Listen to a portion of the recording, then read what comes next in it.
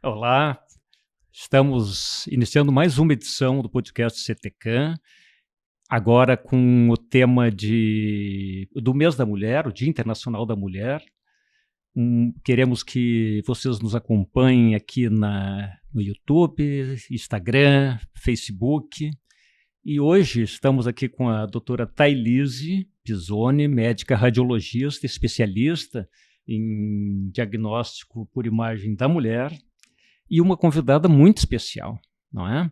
Alice Bastos Neves, conversar um pouco sobre o ressignificado, né?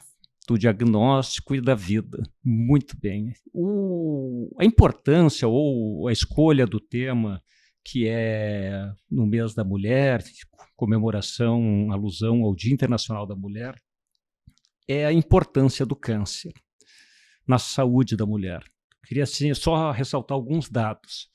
O câncer é a principal causa de morte entre as mulheres no Brasil, não é? E a tendência é que essa doença passe a se tornar cada vez mais importante na população brasileira. Não só na população brasileira, mas no mundo todo, né? As projeções são muito pessimistas com relação ao volume de doença e as mortes na população mundial. A incidência do câncer foram agora recentemente apresentadas pelo Instituto Nacional do Câncer, tem aumentado em torno de 5% ao ano a incidência, não é? Então, isso é muito maior do que o crescimento da população ou o envelhecimento da população. Isso significa uma exposição, não é, desde idades precoces, a vários fatores que são determinantes no aparecimento de várias doenças crônicas, entre elas o câncer. Em 2024, as mortes por câncer representam mais ou menos 17% de todas as mortes no Brasil. Em Passo Fundo, o número de mortes por câncer representam 20%, pouco mais, 24%, desculpa, 24%, quase um quarto das mortes das mortes femininas de mulheres em Passo Fundo é por causa de câncer, uma média, um percentual bem acima do nacional. E nós temos vários outros fatores que a gente poderia levantar, que a gente pode comentar durante a conversa. Então, a importância do câncer ele é incontestável, não é? A gente tem duas formas de enfrentá-lo, ou três formas de enfrentá-lo. A gente pode preveni-lo, não é? A gente pode lutar pelo diagnóstico precoce, que é uma coisa importantíssima e fundamental, e a gente enfrenta com os tratamentos, que são cada vez mais eficazes, menos tóxicos, não é? Levando a um aumento da qualidade de vida e da sobrevivência dos pacientes de uma forma bastante impressionante. Dentro desse contexto, vou começar com a Alice, né? Para a gente poder ter um pouco mais de ânimo, né? Nessas informações que eu passei. Alice, é claro que o diagnóstico, quando ele aparece, ele significa uma completa desorganização da vida da gente, emocional, social, no trabalho, em tudo, porque tudo que era planejado para daqui a 5 minutos, amanhã, semana que vem, explode. E a vida tenta se reorganizar num outro sentido, né? Como é que foi esse choque? Não sei se dá para a gente chamar assim, mas como é que foi essa notícia? Como é que foi esse impacto? Esse momento, esse impacto, esse choque, né? Dá para chamar como quiser, bom dia, boa tarde, boa noite, para todo mundo que está com a gente em qualquer horário, que estejam aqui nos acompanhando. É paradoxal o que eu vou dizer, e eu repito isso, né? Quando a vida pesou, a leveza, ou a busca pela leveza me sustentou. Eu consigo perceber e dizer isso 6 anos depois de ter passado por esse choque, né? Porque quando a gente olha para esses números, eles são aterradores, arrebatadores, eles são assustadores, né? E eu tô aqui sujeita a passar por isso a qualquer momento. Só que a gente não se vê de verdade sujeita a ter esse diagnóstico. A gente não trata como possível. E eu, no meu caso, né, eu tinha 35 anos, era janeiro de 2020, eu já fazia exames de rotina por orientação da minha ginecologista, que me disse, vamos começar já a fazer a ultrassonografia, né, a ecografia mamária. E aí eu comecei a fazer 1, 2, descobri alguns fibroadenomas na mama, que são aqueles pequenos nódulos, a doutora vai saber explicar muito melhor do que eu, que não representam nada, que vão ficar sendo acompanhados, e ali estavam. E de um ano para outro, eu deveria ter feito meus exames em setembro, outubro de 2019, a vida foi corrida, o fim do ano passou, os exames foram ficando, eu me lembro da minha mãe dizer, faça os exames, minha filha, está na hora. Mas nesse não acreditar nunca que pode ser com a gente, o exame vai ficando em segundo plano, né? E assim foi. E em janeiro, a gente descobriu, a médica já na ecografia mamária descobriu um nódulo de 2 centímetros, já tinha um tamanho pequeno ainda, mas considerável, e pediu uma biópsia. Eu tinha tanta convicção de que ia ser só mais um fibroadenoma, de que não ia ser nada, que eu tinha uma gravação para fazer, e era uma música, eu até conto isso na minha palestra, eu tinha que cantar naquele dia, porque eu tenho essa característica de leveza e brincadeira, e eu estava cantando. Eu trabalho com uma câmera na minha frente, apontada para mim, e a médica me liga no meio da gravação. Eu atendo. E ela diz, eu vou precisar te ver. Tá bem, doutora. Quando é que vamos marcar? Não. Agora. A urgência em ver, dá noção da gravidade do que está acontecendo, né? Eu desligo o telefone e 30 segundos depois de saber que eu estava com câncer de mama, porque o recado estava subentendido, eu ainda termino de cantar. Entro no carro, vou com a minha mãe até o consultório. E eu costumo dizer que eu ouvia a médica falar comigo quando ela veio me dizer o que estava acontecendo, eu ouvia, eu sempre faço isso na palestra e vou fazer aqui no meio médico, eu ouvia ela falar assim, ó, tem 2,5 centímetros, vai ter que fazer quimioterapia, radioterapia, talvez, o oncologista, mastologista, sabe?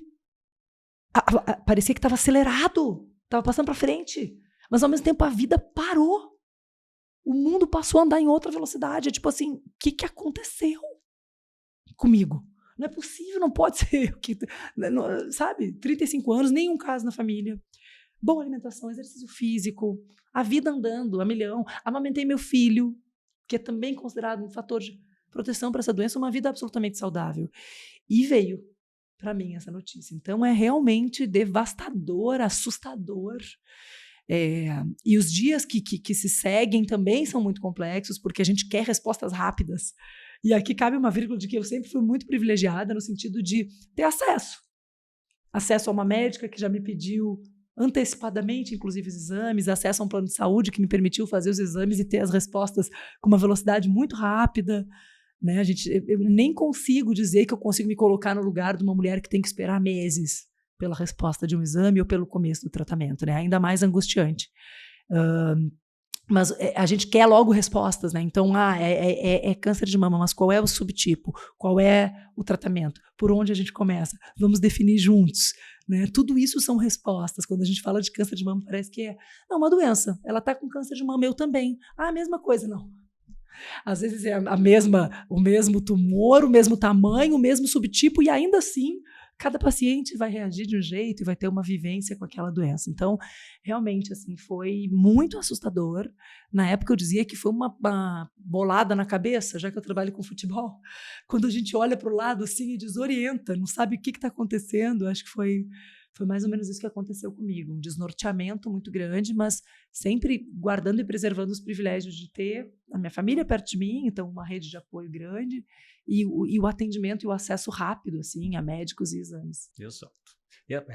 O diagnóstico realmente cria uma urgência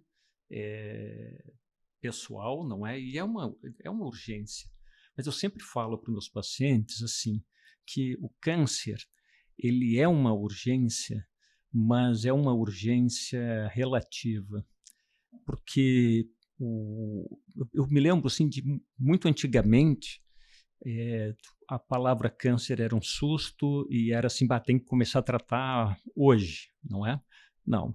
Né? O câncer ele deve-se começar o tratamento o mais breve possível, mas o mais importante do que começar rápido é começar certo. Perfeito. Né? Eu tinha uma angústia e o médico me dizia, não, existe um exame chamado imunohistoquímico que vai determinar qual é o tipo desse tumor. E aí é totalmente diferente se eu fizer a cirurgia e depois a quimioterapia, ou a quimioterapia Exato. e depois a cirurgia. Então, às vezes, é bem isso, né, doutor? Na ansiedade de começar logo o tratamento. Não... Bom, eu sempre entreguei muito assim na mão da equipe médica e acredito muito nos médicos. E acho que a gente vive um tempo, eu trabalho com informação, né? Eu sou jornalista. Então, eu acredito na informação de qualidade, bem apurada, né? E então, o Dr. Google, que tanto nos ajuda em tantos sentidos, muitas vezes pode ser tão prejudicial, assim, né? Porque a gente simplesmente larga ali a informação e quer que aquilo nos responda os próximos passos, mas a gente tem que confiar na equipe médica que está com a gente naquele trabalho, porque eu acho que isso é o mais importante, né? Aproveitando com a tua história, Alice, realmente, tu teve sorte, porque hoje não existe uma indicação formal para iniciar a pesquisa ou fazer exames ecográficos de rotina. Não existe algo formalizado, diferente da mamografia a partir dos 40 anos. Então, tu vê que realmente foi uma sorte, né, poder contar com alguém que se atinou, digamos assim, de pedir esses exames para ti, né? Quando ela fez o primeiro, que eu acho que foi 22 não, eu tinha 32 anos, ela tinha os fibroadenomas. Então, se tem esses nódulozinhos, vamos seguir acompanhando anualmente. Né? Essa é a rotina. E assim, eu, né, nessa jornada toda, e como eu não sei aí os dados, né, doutor, mas é uma doença que tem aparecido cada vez mais em pacientes mais jovens, né, que não era tão comum a partir dos 40, a partir dos 50, mas tem acontecido com mulheres mais jovens. Então, óbvio que tendo a condição e sempre guardada essa proporção, né, de quem tem o acesso e consegue fazer isso, e consegue num consultório dizer para a médica, eu posso fazer uma eco, eu não sei nem se isso é indicado, mas às vezes eu digo, pede, se tu tá te sentindo desconfortável, ou se tu tocou, ou se tu... Pede, faz o exame, vai lá, vê como é que tá, né? Não custa nada. Essas coisas são impressionantes, né? Como é que eu vou dizer assim, esses... insights, né? Eu tenho uma pacientinha que consultou hoje até, vai estar lá na tua palestra, eu tratei a mãe dela, e a mãe dela insistiu para ela fazer o ultrassom de mamas. Ela tem mais ou menos isso, 32, 33 anos. E a mãe, não, vai lá, faz. A mãe estava em tratamento, ela foi lá, fez, apareceu o nódulo. Fez a biópsia, positivo. Então, assim, mas isso são insights, né? Quando eu vejo esses relatos, eu acho que uma coisa muito importante é a mulher que se autoconhece, não é? Porque muitas vezes o exame do médico, o exame clínico da mama pode não detectar, principalmente mamas mais jovens, com fibroadenoma, tem vários nódulos, não vai perceber um nódulo diferente. Mas a mulher que se conhece, ela vai dizer assim, não, doutor, aqui tem uma coisa diferente, não era assim. Quando a gente ouve esse tipo de insistência, a gente precisa abrir o olho. E às vezes, quando a gente fala desse autoexame, da mulher se olhar, se tocar, se perceber, o meu nódulo ele era super próximo da pele, assim, eu sentia a bolinha. Nem sempre é assim, às vezes a mama é mais densa, o nódulo está numa outra posição, outras alterações da mama também, né? Mudou a cor, tem uma parte que está mais para dentro que não estava, né? Sim. Às vezes a pessoa acha que o nódulo ele é uma bolinha, ou que só o nódulo é sinal, né, da doença, e às vezes ela se manifesta também de outras formas, né? Tanto que a gente, sempre que tem a oportunidade de conversar, né, a gente reforça que não deve esperar sentir algo em mulheres mais velhas para fazer os exames. E em mulheres mais jovens, se conhecer, como o doutor Álvaro falou, faz uma total diferença, porque você nota que a tua mama está diferente entre um ciclo menstrual e outro. Notou que tinha um nódulo que não desmanchou depois que você menstruou. Vai lá e faz o exame. Procura, porque a mama jovem é uma mama mais difícil da gente diagnosticar, e o ultrassom ele tem um papel muito importante em mulheres jovens com mamas mais densas. A mama densa atrapalha bastante. Ela é um pouco mais trabalhosa, mas a gente fazendo bem direitinho consegue. Aí a gente precisa de especialista, né? A gente consegue. Não, e são muitas camadas, assim, né, no que diz respeito a procurar o exame, a fazer o exame. Quando eu divido com as pessoas o que está acontecendo comigo, no meu trilho de tratamento veio primeiro a retirada do tumor com margens. Eu não fiz a mastectomia, eu fiz a quadrantectomia, assim que chama. Isso. Tira Ou lá setorectomia. um setor. Só que os linfonodos da axila, que é aquela retirada dos linfonodos para ver se migrou, se já vieram positivos para a doença. Então tinha um sinal de que poderia estar se espalhando. E na conversa com o oncologista ele disse, olha, para a gente puxar essa barrinha mais perto do 100%, eu te indico que a gente faça a quimioterapia. Esse tratamento que evoluiu tanto ao longo do tempo, né? Sim. Que é completamente diferente de algumas imagens mentais que a gente tem do que é, como sociedade, do que é o tratamento quimioterápico, mas que ao mesmo tempo dá tanto medo. Porque para mim o impacto gigantesco depois da notícia do diagnóstico foi o impacto de ter que fazer a quimioterapia. Eu tinha muita esperança de parar na cirurgia. No máximo fazer a rádio. Sim. Quando o médico me disse, tu vai ter que fazer a químio, é outro baque muito grande. Exato. Porque dá medo. Dá medo. E quando eu me conecto com mulheres e famílias que passam por isso, e foram muitas, depois que eu dividi com as pessoas, eu já vou contar essa história, mas eu gosto de falar do medo, porque as mulheres me falam, eu quero fazer os meus exames e tal, mas eu tenho medo. E as pessoas me falam, medo de achar alguma coisa, medo da dor da mamografia. Dói. A mamografia é desconfortável, a gente não pode dizer que não é. Sem dúvida. Mas esse medo, as mulheres me falam, eu tenho medo, e as pessoas falam, que besteira ter medo. Não. A gente aprende quando pequenininho que medo a gente respeita. Quando a criança tem medo do escuro, a gente não apaga todas as luzes e obriga ela a ficar no escuro chorando, né? Não. E aí quando a gente cresce, parece que a gente tem que trancar o nosso medo no armário, porque afinal eu já sou grande. Não. Então que a gente respeite e acolha o nosso medo, mas que entenda que nesse caso não tem o que fazer. Tem que ir com medo mesmo. Tem que ir com medo. Né? Porque aí é 95% de chance de cura se tu descobre cedo uma doença. A barrinha que eu brinquei, ela é puxada para pertinho da cura. Exato. Né? E aí, quando eu soube que eu ia ter que fazer a químio, eu queria muito continuar trabalhando, porque eu adoro meu trabalho, e aí minha aparência ia mudar, de alguma forma eu ia, mesmo que eu não tivesse perdido o cabelo, que eu acabei perdendo, a disposição não é a mesma por conta do tratamento, e aí eu decido dividir com as pessoas. E aí vira essa jornada que me faz estar aqui 6 anos depois falando disso, e que me faz tentar olhar para a perspectiva de cada mulher que é única, cada câncer de mama que é único, cada família que é única passando por essa vivência. Né? E a quimioterapia não é uma só, né? São várias, isso. Dependendo de cada subtipo, de cada risco, não é? Mas isso é uma coisa que tu ressaltaste bastante importante. Existe ainda, não é? Apesar de que isso já tem se modificado muito, há muitos anos, né? Um estigma da quimioterapia como um sofrimento extremo, não é?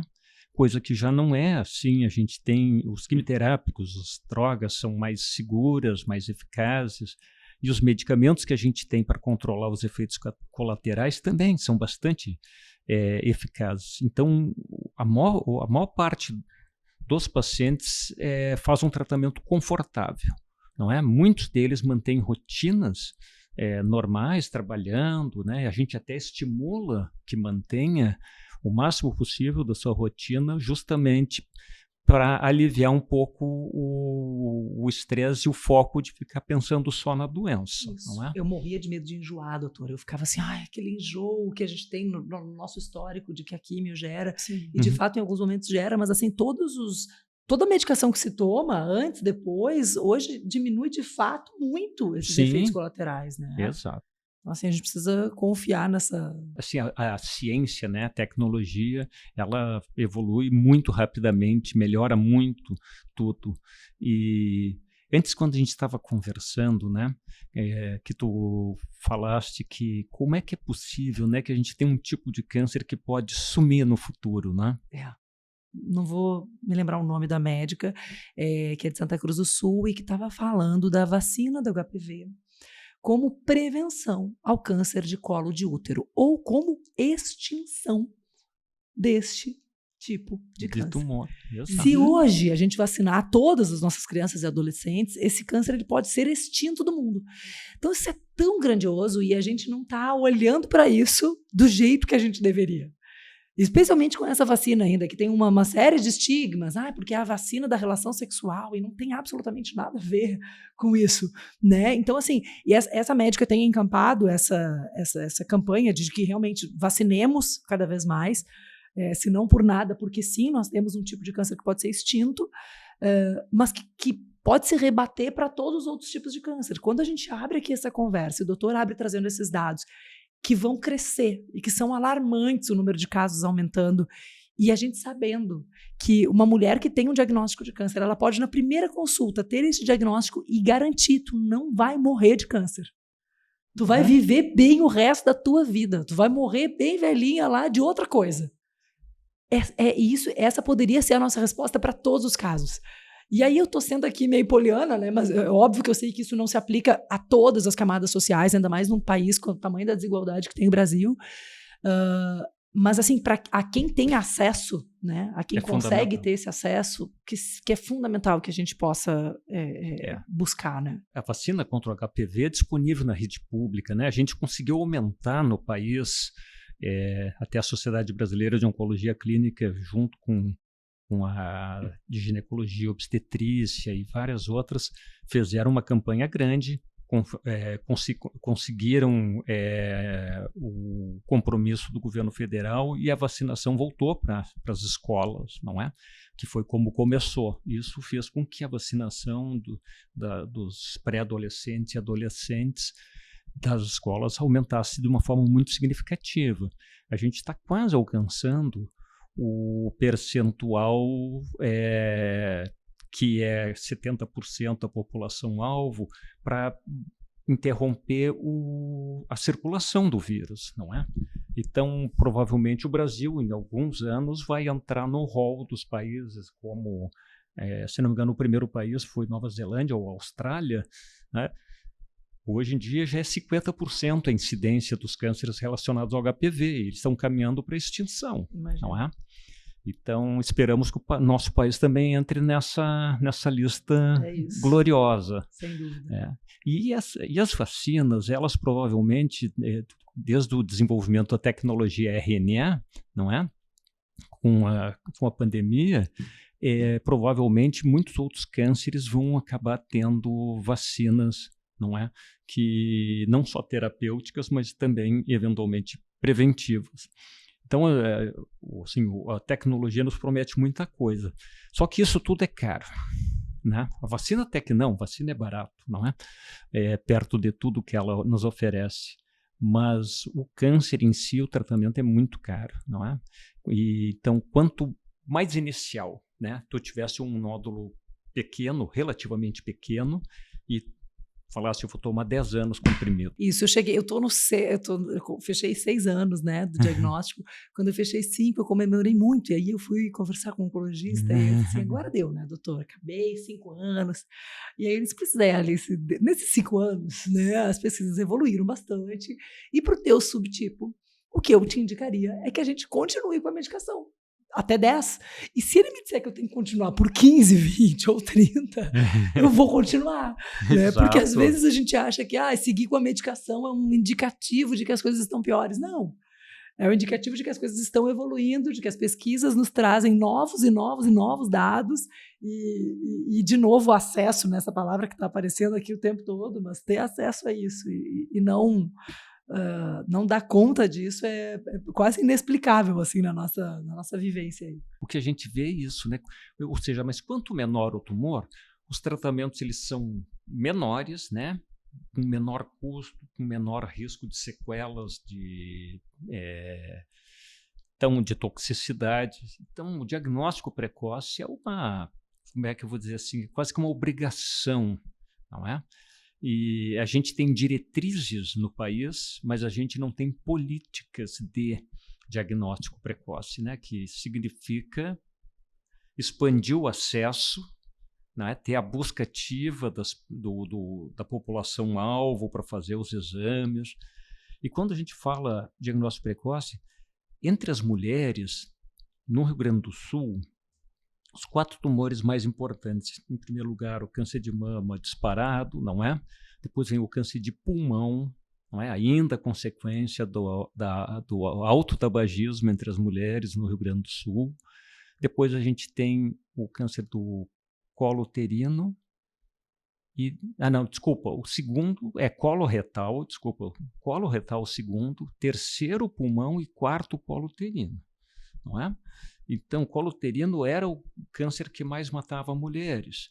Mata bastante ainda, mas o fato de ter o Papa Nicolau e ser disseminado o exame ginecológico entre as mulheres... e resolve ali e tal, imagina.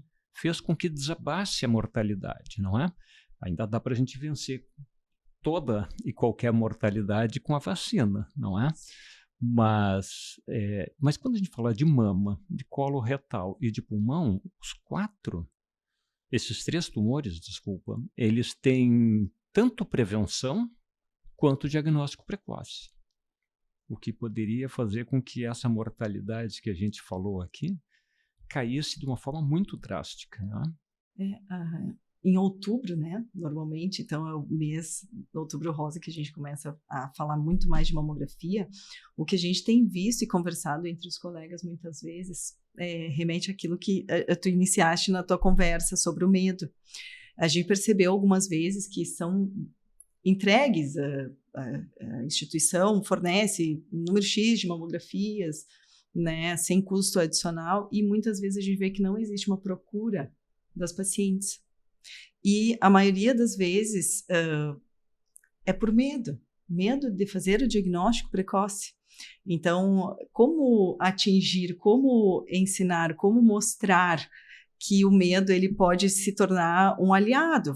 Tem que fazer e vai com medo mesmo, mas daí te permite fazer um tratamento menos indolor. Eu diria que a gente precisa ter medo da doença. E não do diagnóstico, não é?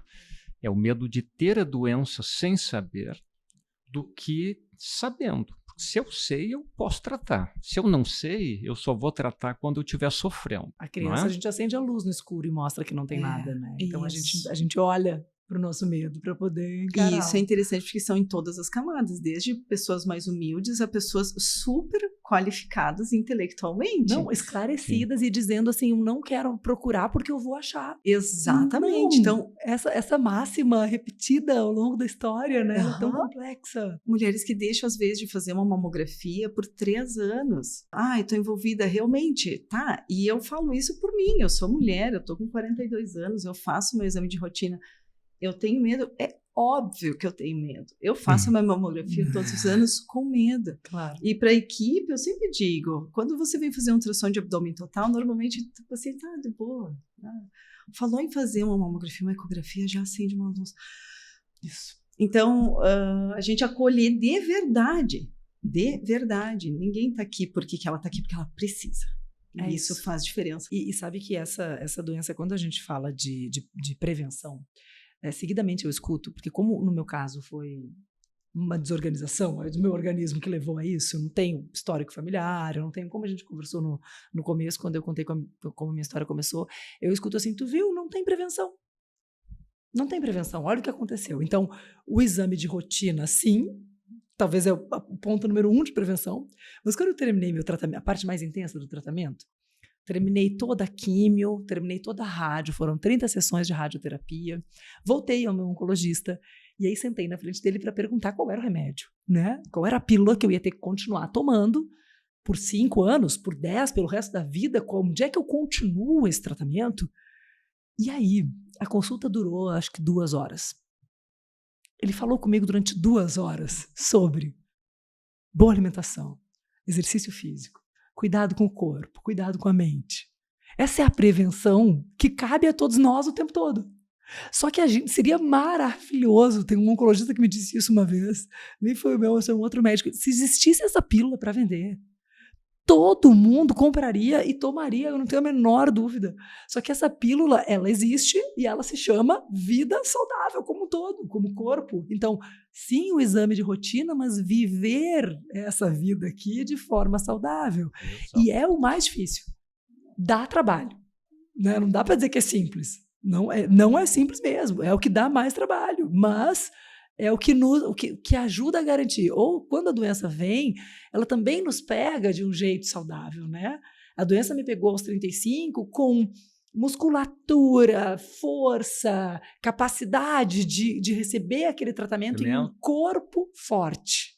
Né? Então, manter o nosso corpo forte como forma de prevenção e como forma de encarar se tiver que encontrar alguma coisa pelo caminho. Mais ou menos isso. Assim. Não, perfeito. Assim, tem uma tríade: alimentação, peso e exercício físico, não é? Isso, a gente tem inúmeros estudos mostrando que mesmo com o mesmo tipo de tratamento, na mesma instituição, aqueles pacientes que eram ativos fisicamente, tinham um peso adequado e tinham uma alimentação saudável, eles têm de 20% a 25% menor risco da doença voltando, não é? E mesmo nos pacientes com doença avançada, a atividade física, o peso adequado e a alimentação saudável significa maior longevidade e menor toxicidade aos tratamentos, não é? Então, isso que tu falaste, e isso não é só para câncer, né? Quando a gente fala sobre prevenção, e a prevenção é uma boa alimentação, um exercício físico regular, não é? E manter um peso adequado, a gente está falando de prevenção de câncer, de doença cardiovascular, de diabetes mellitus, de hipertensão, de uma infinidade de doenças crônicas que são as principais causas de morte, não é? Então, precisa, né? Precisa. Mas é difícil demais. Claro. Até porque a gente está sempre nesse lugar que foi o começo da nossa conversa, de achar que, não vai, não é comigo, né? Esse tema nem me pertence. E a gente tem que parar de dar desculpa para a gente mesmo, né? A gente tem que olhar para o que a gente tem, e tudo que a gente tem é o hoje, por mais que pareça um papo meio coach, esse meu aqui, ele é muito verdadeiro. E às vezes quando a gente é arrebatado por uma questão de saúde mais grave, ou mesmo alguma outra coisa que nos faz, né, perceber a nossa finitude, né? A gente se dá conta de que a gente tem que olhar para isso aqui, que afinal é um templo e é o que a gente tem, né, para viver aqui nesse tempo. Aproveitando o gancho que você comentou sobre o uso da medicação após o tratamento, o que a gente vê também, eu não sei, doutor Álvaro, mas às vezes eu vejo as minhas pacientes que terminaram o uso da medicação e saem assim com uma angústia: meu Deus, agora eu não tenho mais essa medicação, como que vai ser daqui para frente? Porque ele fica como o teu companheiro, assim. E os primeiros exames após o teu diagnóstico também são difíceis, né? E tem um momento muito importante que se fala muito pouco sobre isso, que é não só essa medicação essa como aliada emocional para encarar o restante da vida, e não só esse desafio dos exames, mas quando a gente vence a etapa mais intensa do tratamento, a cirurgia, a quimioterapia, a radioterapia, a gente dedica tanto da nossa energia, da nossa força vital para aquilo ali, que a gente fica completamente desorientada. É outro momento de desorientação. O que eu faço agora? Tá? Acabou, tô curada, né, doutor? Tá tudo bem. E agora? Onde é que eu boto a minha energia? Como é que eu recomeço a vida e trato com normalidade uma pessoa que é diferente? Que não é a mesma pessoa depois de ter passado por aquilo ali, né? Então, é um momento, e aí a gente vai falar aqui de multidisciplinariedade, da importância de ter, além quando a gente fala da obviedade, né? O médico que vai ver lá na imagem, o onco, o mastologista, mas aí, assim, o psicólogo, o psiquiatra, o fisioterapeuta, o dentista. Eu tive dentistas que fizeram laser na minha boca porque eu tive uma reação à quimioterapia na mucosa da boca, e a dentista me salvou, cara, quando eu precisei. A Nutri, que me dizia: Alice, come isso ou come aquilo. Então, essa equipe multidisciplinar e esse momento de desnorteamento do paciente quando ele termina essa fase intensa de tratamento, né? O que eu faço agora? É essa sensação. pô, eu me dediquei, eu consegui, né? Eu passei por isso aqui. E agora? É um misto de ufa e de como é que eu recomeço a vida. Como é que eu trato normalmente, como é que eu sigo vivendo normalmente como se eu não tivesse passado por isso. Que redirecionou todas as Toda suas a vida. energias, tipo, eu preciso... Por um período muito intenso, né? Isso. E o estigma, às vezes, também, de você fazer o teu exame e, eu tenho uma história de câncer, né? Você tratar isso com as equipes também é uma coisa interessante, né? Esse cuidado nos teus olhares, nos teus exames complementares. Não, eu me tratei, eu estou curada. Né? Isso. Realmente, isso que tu falaste é uma coisa assim recorrente, muito comum entre os pacientes, né? O paciente que recebeu o diagnóstico e ao final do tratamento é outra pessoa, né? Tudo, as relações pessoais, as prioridades da vida, as coisas todas mudam muito, não é?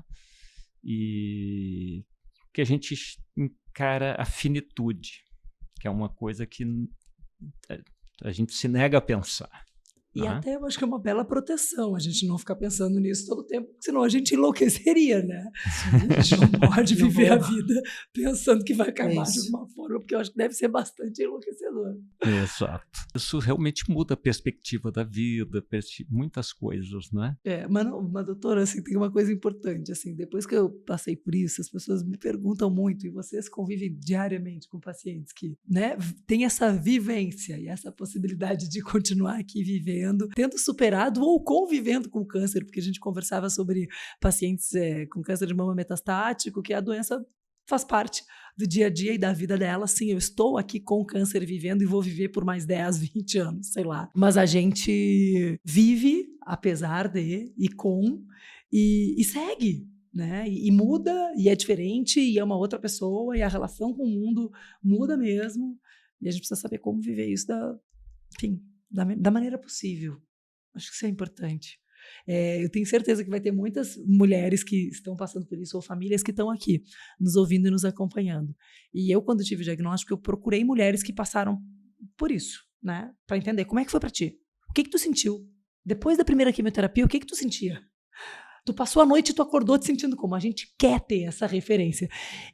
Só que eu acho que referência e inspiração é muito importante. Mas a gente também precisa respeitar a nossa maneira de ser. Eu, Alice, quis continuar trabalhando porque para mim fez bem e tal. Para outra paciente pode não fazer. Então, tentar se entender, se respeitar, né? Já basta tanto de cobrança que a gente tem sempre no mundo quando a gente está num momento mais delicado, assim, né? Poder se respeitar. A individualidade, né? E a questão fica muito assim, essa rede de suporte, né? Que é principalmente família e os amigos próximos, né? Isso é muito importante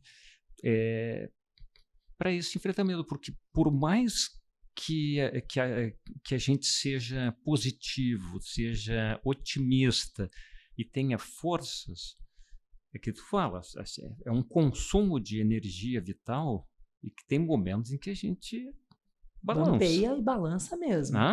Então, a mulher, especialmente, a gente está no mês da mulher, né? A gente dá conta de muita coisa. De família, filho, trabalho. Se uma amiga está doente, a gente levanta a mão e diz, eu vou lá, eu vou para o hospital, eu fico contigo. Agora, quantas mulheres a gente vê que pegam o seu exame? Tá ali, câncer de mama escrito. E elas fecham o examezinho, guardam dentro de uma gaveta. Muitas vezes fazem o tratamento inteiro, sem contar para a família, para o filho, porque eu vou incomodar, eu vou chatear o outro, eu vou entristecer o outro, então eu vou matar no peito aqui. Por quê, né? Se a gente é pelo outro e na troca com o outro na vida e no mundo, né? Então, que a gente possa dividir esse peso. Ninguém precisa passar por nada sozinho. E às vezes eu converso com mulheres, mas eu sou muito sozinha. Eu não tenho ninguém. Eu não sou casada, eu não tenho filho, eu não tenho família, eu não tenho nada.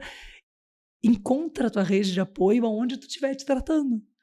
O médico, a enfermeira, a auxiliar de enfermagem. Essa equipe, para mim, foi essencial. E para todas as mulheres que eu vejo que passam por isso, é tão importante ter aquela rede de apoio, ou mesmo a gente brinca com as onco-friends, né? A paciente que às vezes está ali na quimioterapia do teu lado e que tu vai poder conversar com ela e aquilo vai te fortalecer de alguma forma. não está com nada a passar sozinho por isso, de jeito nenhum. Essa capacidade da mulher de se doar e chegar uma fase até de negação de si mesma, às vezes a gente vê em consultório, né? Pacientes mais idosas que notam que tem alguma alteração e escondem, né? Dos filhos, das filhas, e às vezes chegam com lesões muito grandes na mama e que às vezes são intratadas. Eu fico imaginando o tamanho da dor de se perceber doente, mas não querer incomodar filhos, netos, porque... Então, olha a capacidade que essa mulher tem de se adaptar naquele ambiente para tentar criar um... Isso. Dureza. Tentar criar ainda um ambiente de normalidade. Exato. E tocar a vida da família toda, né? Isso. São desafios, assim, quase que impensáveis. E as mulheres estão aí vivendo e passando por isso, e acho que nos cabe, assim, a vocês muito mais diretamente com cada paciente que passa na mão de vocês, mas a mim, porque eu digo que quando eu tive o diagnóstico, eu vivi uma jornada única e minha, e que cada uma vai ter a sua, e eu sempre faço essa vírgula, né, de que a gente possa respeitar quem a gente é, mas a partir do momento em que eu divido com as pessoas ali no Globo Esporte, minha aparência ia mudar, vamos dividir, né, então, o que está acontecendo? O que era uma vivência passa a ser uma missão, né? E é uma missão que eu vou carregar, agora faz 6 anos, e quando fizer 10, e quando fizer 20, eu vou seguir carregando com a maior responsabilidade possível, né? De me sentir alguém, e mais uma pessoa, não diferente de qualquer outra, mas que por ter ali uma câmera apontada no seu trabalho todos os dias, de alguma forma já desperta, né? Curiosidade, e pode despertar de alguma forma uma inspiração, e esse discurso pode pegar a pessoa de uma forma mais intensa e próxima, né? Porque o meu jeito é realmente de poder estar próximo das pessoas. Então é uma missão mesmo. Então poder falar disso no março, mês da mulher, no outubro que se pinta de cor de rosa, ou em qualquer mês e momento do ano, né? Porque tá posto aí, né? Esses dados alarmantes que a gente começou esse papo mostram isso. É sempre poder levar, né? A mensagem de prevenção mesmo. Tanto no mês da mulher quanto no Outubro Rosa, né? A gente vê já campanhas muito mais extensas e intensas, né? Primeiro Outubro Rosa em Passo Fundo, a gente já fez caminhada, já fez uma série de coisas. E às vezes, doutor, vou te interromper, a gente cansa, né? A gente que está envolvido nesse meio pensa, vem mais um Outubro Rosa. E as próprias mulheres falam, de novo esse papo de Outubro Rosa. Aumenta a procura de exames, tá, gente? O gráfico faz assim, no Outubro Rosa. Então, por isso que o Outubro Rosa tem que existir. É verdade. Eu te interrompi. Como é que eu vou dizer assim? O começo é sempre mais difícil, né? Porque uma coisa que não tem inserção, não tem capilaridade. Então, tu começa, reúne um ou outro, consegue fazer um evento, faz o segundo, faz o terceiro. Daqui a pouco aquilo vira mais conhecido. Aí pipoca inúmeros eventos ou inúmeras iniciativas, o que é positivo, não é? Então, as coisas todas caminham. Teve um comentário de um médico que eu achei bastante interessante, é que muito das iniciativas, por exemplo, em Outubro Rosa, principalmente a parte das empresas e comércio, elas são para vender uma imagem de, como é que assim, de envolvimento social, né? Mas não tem acaba não tendo um efeito prático importante. Eu digo isso porque em Passo Fundo a gente tem 18% só das mulheres na rede pública que realizam a mamografia por ano. A gente precisaria de 70% dos exames realizados para ter impacto na mortalidade pelo câncer de mama. A gente tem um acesso muito mais... mas a gente tem uma frequência muito maior dos exames de Papa Nicolau, não é? Do exame ginecológico, sendo que o câncer do colo uterino, como a gente falou, é o 4º mais importante entre as mulheres, e o câncer de mama é o mais importante, né? Então a gente tem mais exames de Papa Nicolau do que de mamografia.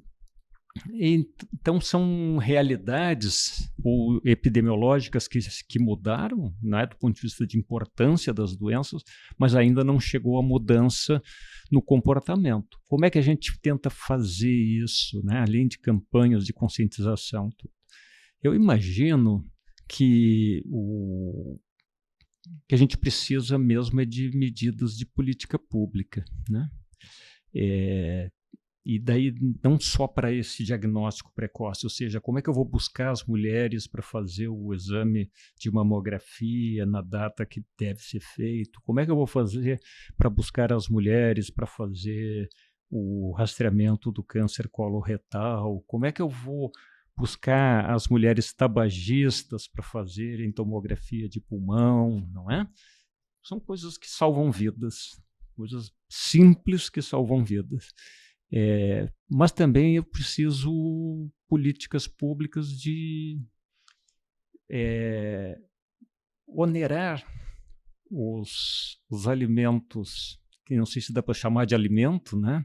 Os multiprocessados, as bebidas adoçadas, e tentar facilitar o acesso aos alimentos saudáveis, né? Tem um composto que a OMS agora estabeleceu como não adequado para consumo humano, que faz parte de um monte de multiprocessados.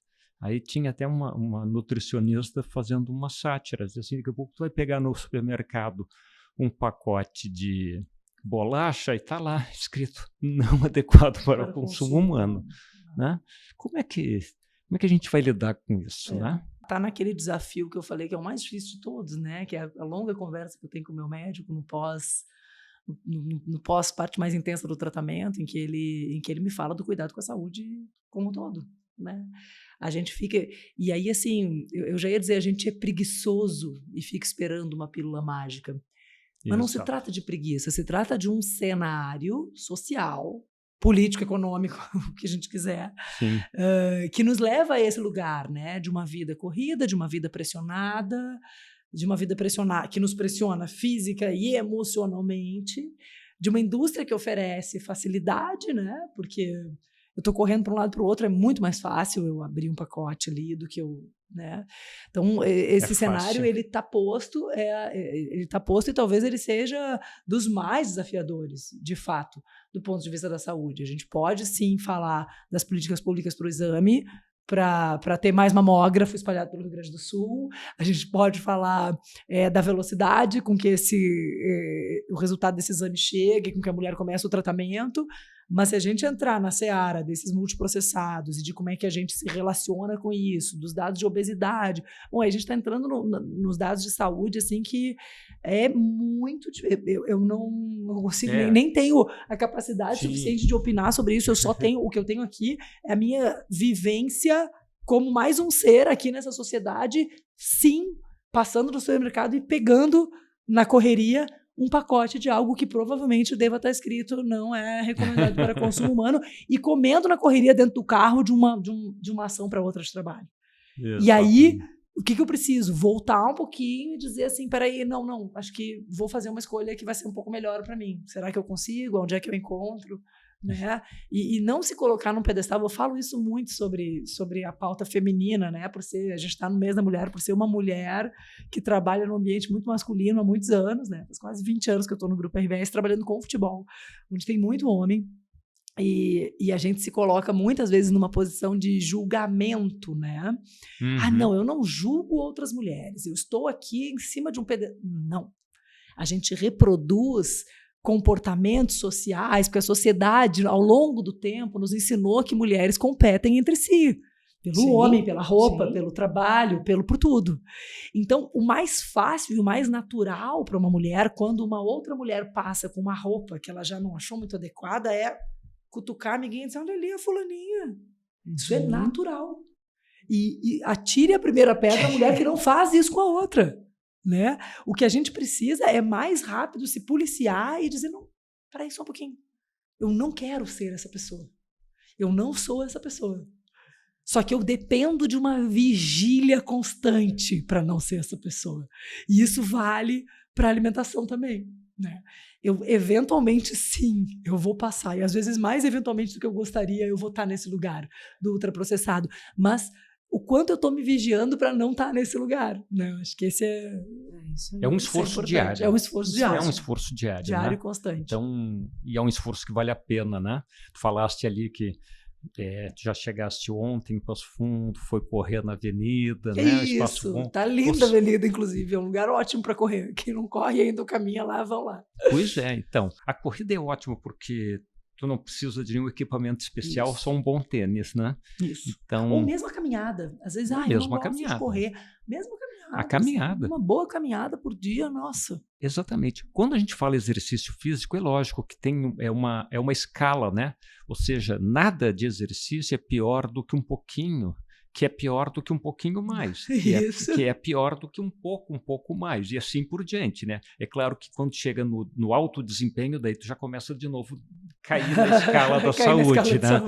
A questão é essa, assim, o nosso corpo ele não foi feito para ficar parado, né? Ele não foi feito para ficar parado. E quem faz atividade física regularmente sabe o prazer que dá e a falta que faz quando a gente não pode fazer. E o impacto no resto tudo. No humor, na relação com as pessoas, na relação com o mundo, com o trabalho, o sentir a vida, o mundo acontecendo ao seu redor é outro quando este corpo está em movimento. Com o sono. Isso, com o sono, com tudo, exatamente. Tudo, exatamente. Né? Exato, com ansiedade, é tudo. É um remédio muito bom para muita coisa. É verdade. É verdade. A questão da obesidade também, né? Além das alimentações, a gente sabe que a obesidade ela aumenta a chance para todos os tipos de câncer. Inúmeros cânceres, então, né? Aqui, enquanto vocês conversavam, eu ficava lembrando das minhas pacientes, assim. São poucas as que chegam no peso ideal. Quando você faz o diagnóstico, normalmente já estão algumas com sobrepeso. Então, além de todo um tratamento, ainda tem toda uma questão de reeducação alimentar. Então, por que você facilita as coisas você estar bem para encarar qualquer coisa, né? Porque em algum momento você vai ter que encontrar isso, vai ter que perder o peso, vai ter que cuidar da alimentação, vai ter que, né? É isso. Já faça antes, né? Já garanta antes. Já mulheres com mais de 40 anos, como é o meu caso, né? O quanto, e é óbvio, aí eu vou naquela escalinha da saúde que o doutor trouxe, o quanto a musculação, né? A musculatura estar saudável é importante para encarar o que tiver que encarar, às vezes uma cirurgia, um tempo a mais de cama, o que vier. Quando o corpo está forte, é mais fácil. E a questão hormonal, né? Porque você está falando em mulheres que vão entrar numa menopausa, perimenopausa, em que o teu taxa basal, ela faz assim, Aí você usa mais um bloqueador hormonal, que também pode dificultar, né? Então, isso tudo, a relação do músculo e a gordura, ela faz diferença absurda, assim, na vida, né? A gente teve uma conversa uma vez aqui no podcast com um educador físico. Chegou num momento, ele chegou e disse assim, mas... quase bateu na mesa e disse assim, eu não entendo. Tem uma pilha de estudos mostrando que o exercício físico melhora o humor, diminui a ansiedade, diminui depressão, te aumenta a imunidade, tu enfrenta melhor os tratamentos, tu morre menos das doenças. Nossa, por que as pessoas não fazem? Né? E tem uma amiga minha que fala assim, o dia tem 24 horas. Não é possível que eu não vá achar 30 minutos no meu dia. E, de fato, às vezes a gente não acha. Não acha. Porque sim, tá todo mundo sobrecarregado. E tá todo mundo correndo. E a gente não acha que isso é prioridade, jamais. Sempre vai ter qualquer outra coisa que é prioridade com relação a parar para fazer um exercício físico. Mas tem que ser, né? A gente precisa ser criativo, né? Tem um hábito que eu adquiri na época da pandemia. Eu abandonei o elevador. Eu subo escada. A minha média... Que andaram, senhor Mora, vamos ver? 14º. Mentira! Pessoal que está em casa, uma salva de palmas. Assim, é inacreditável. Todos os dias tu sobe de escada? Quase todos os dias, né? Meu Foi Deus. quando, no dia que eu faço atividade física, daí eu não subo. Eu pensava que se ele disser até 7º, 6º, eu já tô achando exagero. 14º. A minha média é mais ou menos 17, 20 andares por dia. Tem um estudo mostrando que 5 andares diminuem 20% a chance de morrer por qualquer causa. Gente, imagina. Então, ou seja, dá para a gente achar uma forma, né, de se Isso. movimentar. A gente precisa estar atento e decidido em fazer, não é? É isso. Que é aquilo que a gente falou, é uma escala. Se fizer um pouquinho, é melhor do que não fazer nada. Não precisa estar lá no ideal, mas faça o que for possível, não é? Isso. Tem que se mexer.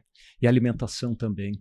Tem um estudo bastante interessante que foi publicado agora, brasileiro, comparando uma população bastante grande de vegetarianos, não veganos, vegetarianos com os comedores tradicionais de carne animal.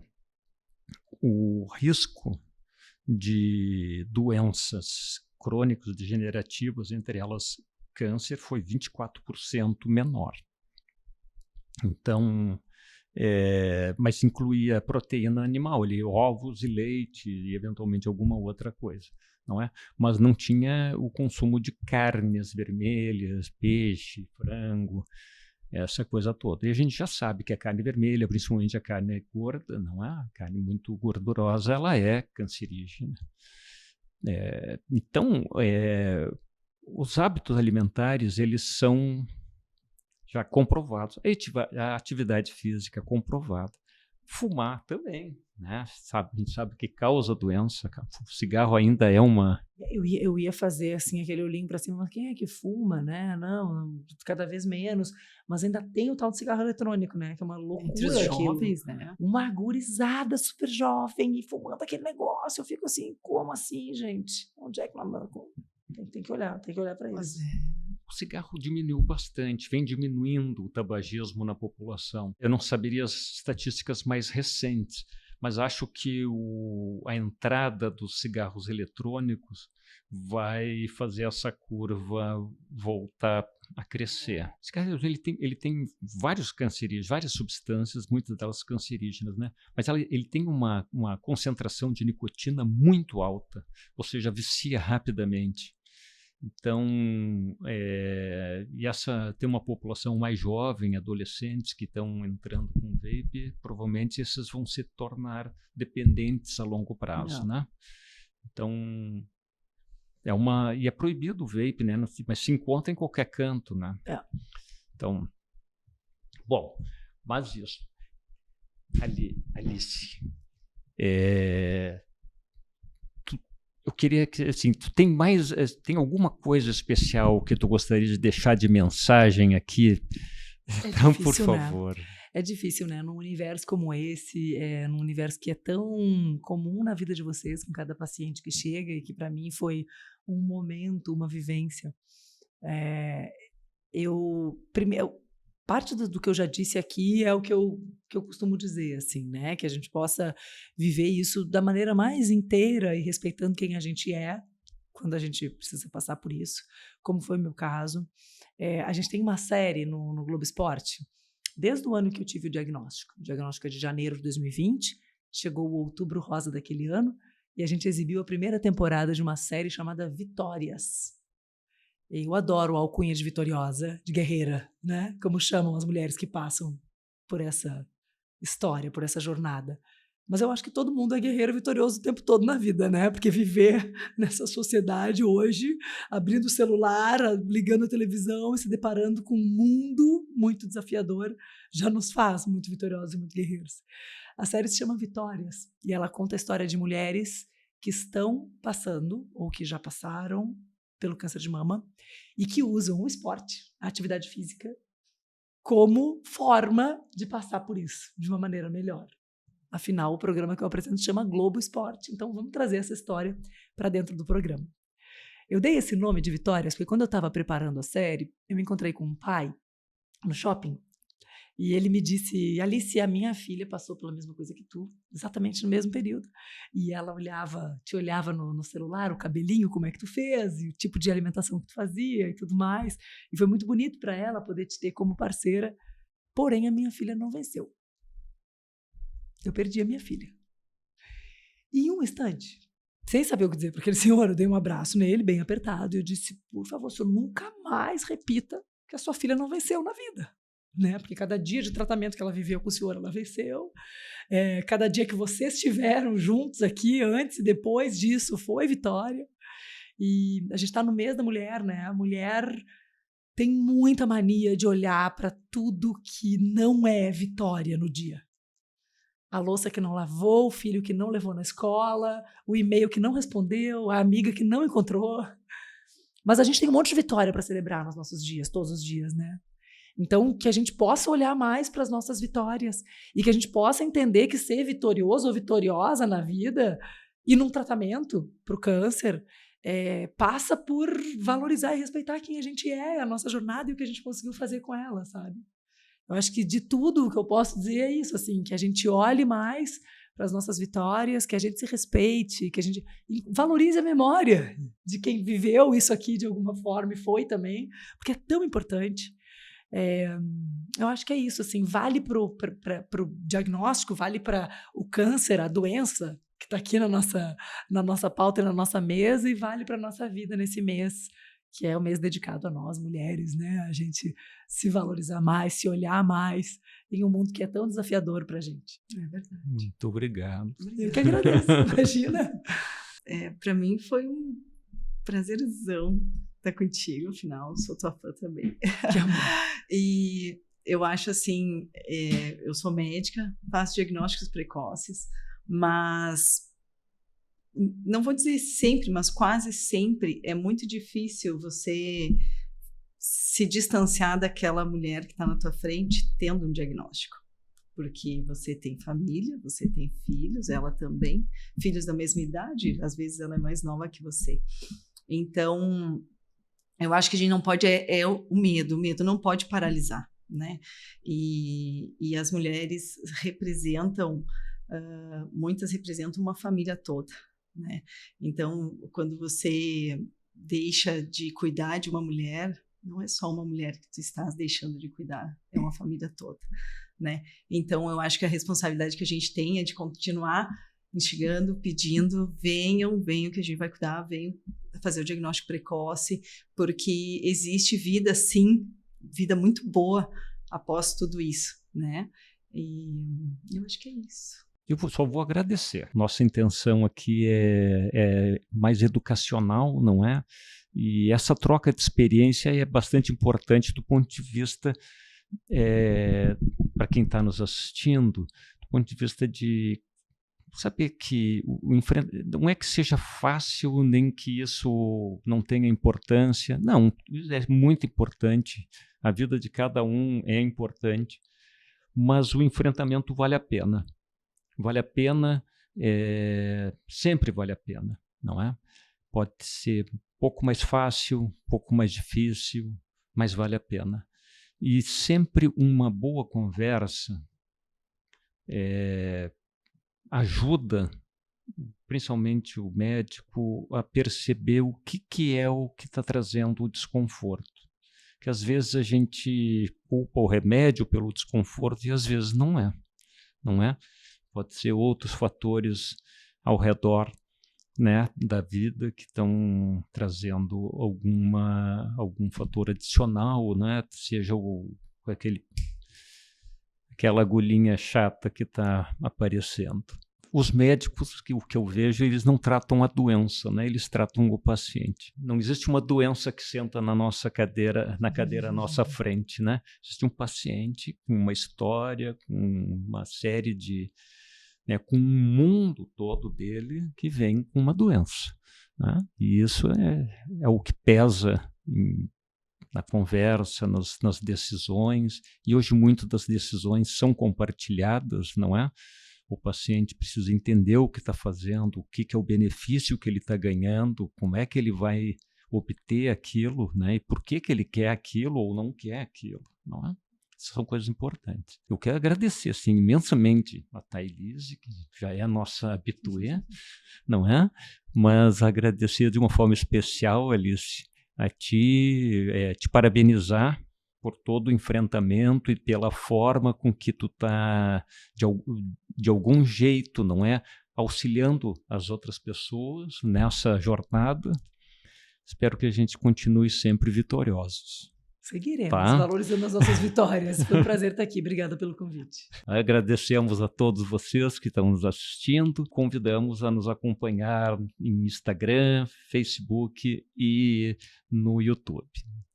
Até a próxima.